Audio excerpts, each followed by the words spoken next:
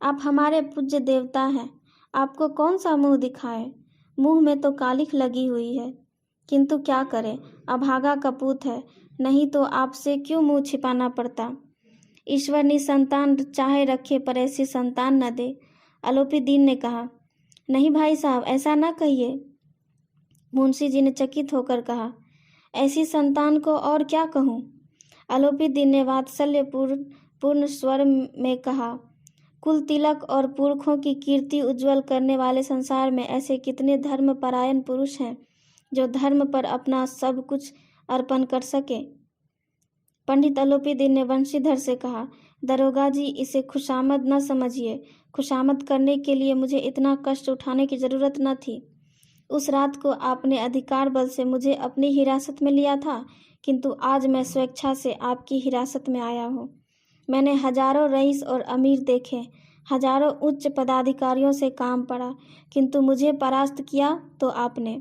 मैंने सबको अपना और अपने धन का गुलाम बनाकर छोड़ दिया। मुझे आज्ञा दीजिए कि आपसे कुछ विनय करूं। वंशीधर ने आलोपी दीन को आते देखा तो उठकर सत्कार किया, किंतु स्वाभिमान सहित। समझ गए कि यह महाशय मुझे लज्जित करने और जलाने आए हैं। क्षमा प्रार्थना की चेष्टा नहीं की, वरन उन्हें अपने पिता की यह ठकुर सुहाती की बात असहाय सी प्रतीत हुई। पर पंडित जी की बातें सुनी तो मन की मैल मिट गई। पंडित जी की ओर उड़ती हुई दृष्टि से देखा, सद्भाव झलक रहा था। गर्व से लज्जा के सामने सिर झुका दिया। शर्माते हुए बोले, यह आपकी उदारता है जो ऐसा कहते हैं। मुझसे जो कुछ अविनय हुई है उसे क्षमा कीजिए। मैं धर्म की बेड़ी में जकड़ा हुआ था, नहीं तो वैसे ही आपका दास हूँ। जो आज्ञा होगी वह मेरे सिर माथे पर। आलोपी दीन ने विनीत भाव से कहा, नदी तट पर आपने मेरी प्रार्थना नहीं स्वीकार की थी, किंतु आज स्वीकार करनी पड़ेगी।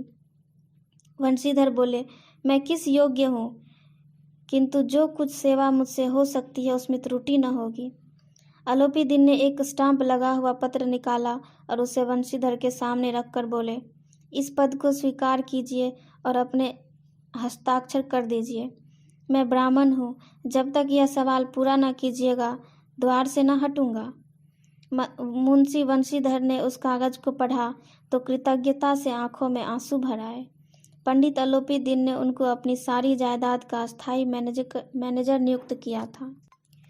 6,000 वार्षिक वेतन के अतिरिक्त रोजाना खर्च अलग, सवारी के लिए घोड़ा, रहने को बंगला, नौकर चाकर मुफ्त। कंपित स्वर में बोले, पंडित जी, मुझ में इतनी सामर्थ्य नहीं है कि आपकी उदारता की प्रशंसा कर सकूं, किंतु ऐसे पद के योग्य नहीं हूं मैं। आलोपी दीन हंसकर बोले, मुझे इस समय एक अयोग्य मनुष्य की ही जरूरत है। वंशीधर ने गंभीर भाव से कहा, यो मैं आपका दास हूँ। आप जैसे कीर्तिवान सज्जन पुरुष की सेवा करना मेरे लिए सौभाग्य की बात है, किंतु मुझ में न विद्या है, न बुद्धि, न वह स्वभाव है जो इन त्रुटियों की पूर्ति करता है। ऐसे महान कार्य के लिए एक बड़े सर्वज्ञ अनुभवी मनुष्य की जरूरत है।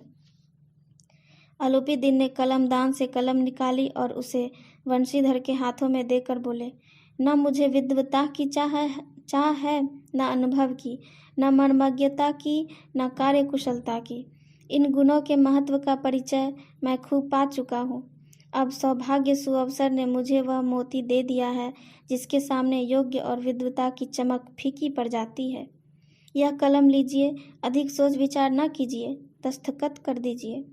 परमात्मा से यही प्रार्थना है कि वह आपको सदैव वह नदी के किनारे वाला बेमुरौवत, उदंड, कठोर परंतु धर्मनिष्ठ दरोगा बनाए रखे। वंशीधर की आंखें डबडबा आई। हृदय के संकुचित पात्र में इतना आसान न समा सका। एक बार फिर पंडित जी की ओर भक्ति और श्रद्धा की दृष्टि से देखा और कांपते हुए हाथ से मैनेजरी पर हस्ताक्षर कर दिए। आलोपी दीन ने प्रफुल्लित होकर उन्हें गले लगा लिया।